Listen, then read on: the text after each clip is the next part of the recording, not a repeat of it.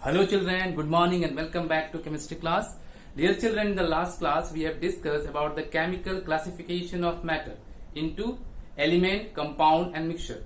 Element and compound are regarded as pure substance and mixture is impure substance. Today our main focus will be on the distinguished feature between compound and mixture, and please try to understand. Just I am going to explain the distinguished feature between compound and mixture. First, you can see that in compound, two or more elements are chemically combined. It means that the chemical combination takes place between element and then after the formation of compound takes place. But in the mixture, two or more elements are combined physically. It means that there is no chemical combination takes place in mixture. Come to the second one. Already I have explained to you that mixed compound come under pure substance. There are only two pure substance. One is element and another one that is compound. So compound under pure substance, but mixture you can see that mixture is regarded as impure substance. Compound is always homogeneous. What is the meaning of homogeneous? Already I have explained to you that when two things combine with each other, it means that when two elements combine with each other, or you can see that when two constituents are combined with each other so that no separate boundary exists between them, then such type of thing is homogeneous. So in compound, that is the constituents are mixed with each other so that they will form a homogeneous substance. But in the mixture you can see that it may be homogeneous or heterogeneous depending upon if the constituents are mixed with each other, then this is homogeneous mixture, and if the constituents are not mixed in a separate boundary, if it exists between the constituent, then it is heterogeneous mixture. Come to the next. Constituents lose their identity, or it means that when the two elements are combined together, they will lose their individual properties. Before reaction, whatever their individual property, after the chemical combination, after the compound formation, they will lose their individual or original properties, or you can say the identity. But in this mixture, you can see that when the constituents are mixing with each other, but not chemically, that's why they retain their original property, individual property, even after mixing with each other. In compound, you can see that elements are present in a fixed ratio by mass. Means the combining ratio is always fixed in compound. Already I have explained you that in, suppose you take the example of water, in this 2:1 means that 2 part hydrogen and 1 part that is oxygen, and mass is 16. So 2:16 by mass, hydrogen and oxygen are present in water, or you can write in this way 1:8 by mass. So this is fixed. The combining ratio is fixed in compound, but in mixture the elements are present in not in a fixed ratio, means they vary according to the situation. Already I have explained to you in the previous video that in air the constituents of the gases are variable. So this is the basic distinguished feature between compound and mixture. Now the next thing that we will try to understand the by one activity. Just I'm trying to explain you the same thing with the help of one activity. Clear? So see, dear children, in activity we will take one bowl. In this we will take iron fillings plus sulfur powder. Actually you all are aware that sulfur powder is yellow color substance, yellow color. Clear? So what you will do, you take iron filling and sulfur powder in this bowl, and then after you just make the two part, means just separate the same thing into two different balls. This ball you take one part of iron fillings plus sulfur powder and give its name A, and another ball, that is ball number B, you take this half portion of iron filling and sulfur, here also iron filling plus sulfur, and heat it. Heat apply some heat to it. Okay, after certain period you will see that the material, means the iron filling and sulfur that we have taken in this ball B, turns into black color. Clear? But nothing we have to do with this material that we have taken in ball number A. Clear? Now we will see that what is happening. So just try to bring one magnet near ball number A and then ball number B. When we bring a magnet near ball number A, we will see that all the iron fillings which were present in that will come and attracted toward this magnet. Iron fillings. But when you bring one magnet nearby this ball B, no attraction of iron fillings. What is the reason? The reason is that, try to understand, in this you can see that here is only a mixture of iron filling and sulfur powder.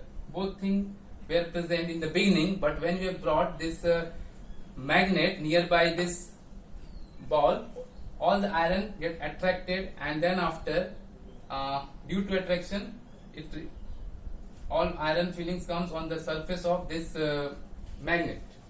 But in this case, the reaction, when we have heated, when we have given the heat, the iron plus sulfur, after their chemical combination, it will form iron sulfide. This is compound, and this is here iron plus sulfur, which were present in this ball, is remaining mixture form. So what I have explained right now, that mixture retain their original identity. So the iron and sulfur were present in that, so it retained their individual identity, but after the chemical combination of iron and sulfur, they lost their individual identity and they form another thing, that is iron sulfide. That's why no attraction, but here attraction is there. Okay. Second things, you can also you can take this mixture, some portion of this, into a beak, into a test tube. Iron is there and sulfur powder is there, both are in the mixed form here.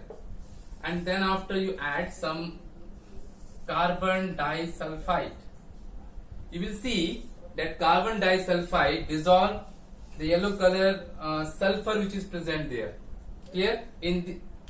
This is, we have taken the sample from ball A. Clear? The same way you will take something, means some sample from ball B into another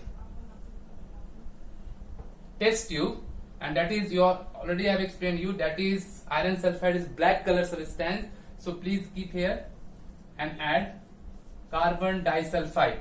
There will be no reaction. Here reaction took place because carbon disulfide dissolve all the yellow color sulfur, because sulfur retain its property here, individual property in the mixture, but here in this case after the chemical combination sulfur lost their individual property, and that's why no reaction takes place. Clear? So this way we can understand that this is our mixture and this is our compound. If one more way we can understand this, suppose you take one more sample from ball A. Here is iron sulfur mixture is there, and add hydrochloric acid to it. Clear? Here when we add hydrochloric acid, iron which is present in the mixture form with maintaining its individual property react with hydrochloric acid and form iron chloride, and there will be release of hydrogen gas. Clear? But in this case again we will perform the same activity, but we now will take the sample from ball B. You see, You take from black color substance, that is a compound in that, and add HCl. When you add HCl, now you see that after adding HCl, this thing will happen. This was the compound which was present in that ball, that was ferrous sulfide, that is iron sulfide. When you add this, there will be a rotten egg smell will come. This is why, because of formation of which gas? Hydrogen sulfide. This will react, hydrogen and sulfur of this iron sulfide react and will form hydrogen sulfide, that is rotten egg. It means that in compound the individual property are lost, but in this mixture the individual property remain. So this activity explains the basic differences between element and compound. So this way we have understood that how elements are maintaining their individual property in the mixture, but when we make the compound or when they chemically combine with each other, they will lose their individual property. So dear children, it is a very important activity by which we can understand that element is after mixing, physically maintaining their physical properties in mixture and lost their physical property and their identity when they will combine chemically in compound. Okay, try to understand this one.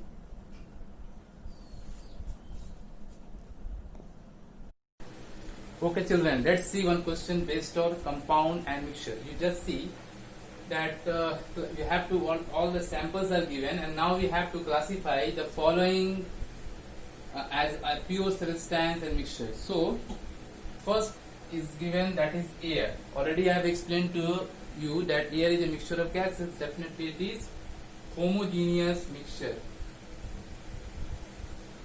Homogeneous mixture.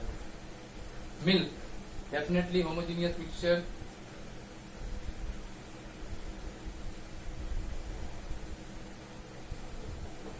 Graphite, that is a form of carbon, and carbon is an element, and already we have explained to you that element is a pure substance. So it is a pure substance, that is element. Just like this, diamond is also a form of carbon, and that is pure substance, element. Clear? Brass is an alloy. Alloy is a mixture. So it is alloy, and that is a mixture. That is impure. You can see. Sodium chloride, that is a compound, pure substance. So pure compound. Tap water, the water that we are using, that we are drinking, that is a tap water. Do you know that water contains enough amount of suitable minerals for the growth and development of our body? So we cannot consider it as a pure, so it is a mixture. But the distilled water is a pure substance. Pure substance. So dear children, you have to practice samples, and you have to classify like this into element, compound or mixture, or you have to distinguish, you have to classify them as a pure or impure, and if it is pure, then it comes under either compound or element. Otherwise, if it is mixture, then it is homogeneous or heterogeneous. So you have to prepare all this basic such type of thing. So try to understand this all basically. Clear? Okay children, our next topic is solution, that is homogeneous mixture. First of all, let me clear to you that what is solution. Actually, solution is a mixture of two or more non-reacting substances. Here I want to mention that homogeneous mixture, only the homogeneous mixture is solution. Heterogeneous mixture we cannot consider as a solution. There are two components which are present in the solution. The first one, that is solute, and the second component, that is solvent. Solute means what? The substance whose percentage, whose amount is very less in the solution is called solute. And the solvent means what? That whose amount or percentage are enough. So solute plus solvent makes solution. Clear? Actually, there are three types of solution depending upon the phases. The first is solid solution.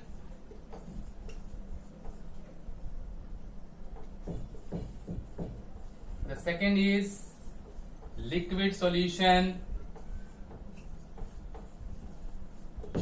The third is gaseous solution. So there are three different type of solutions are there depending upon their phases. Always you keep in your mind that solid solution means the solvent is always solid here. Liquid solution means the solvent is always liquid here. And the gaseous solution means the solvent is always gaseous here. Solvent means whose percentage is enough more in the given solution. Okay, so we will discuss this thing in detail. Clear? So we'll start with solid solution. Okay, you see, solid solution. Again, solid solution is of three types. If solute and solvent is here, if solute is solid, solvent is solid. If solute is liquid, solvent is solid. If solute is gas, solvent is solid. Such type of solution is solid solution. Clear? Like this, liquid solution,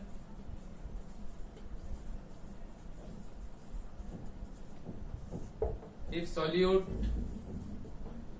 is solid and solvent is liquid. If solute is liquid and solvent is liquid, and if the solute is gas and solvent is liquid, such type of solution is called liquid solution. And like this, there is one more category, gaseous solution. In this also, if the solute is solid and solvent is gas, if solute is liquid, solvent is in gaseous form. If the solute is in gaseous form and solvent is in gaseous form, so these three are the example of gaseous solution. These three are example of solid solution, and these three example of liquid solution. Clear? So this way we can understand that solution is formed when two or more than two substances, non-reacting substances, mix with each other homogeneously, means no separate boundary exists, and such type of thing is called solution. Dear children, based on solubility, we can also classify solution into different forms. So try to understand. I'm just trying to explain. Suppose you take one beaker.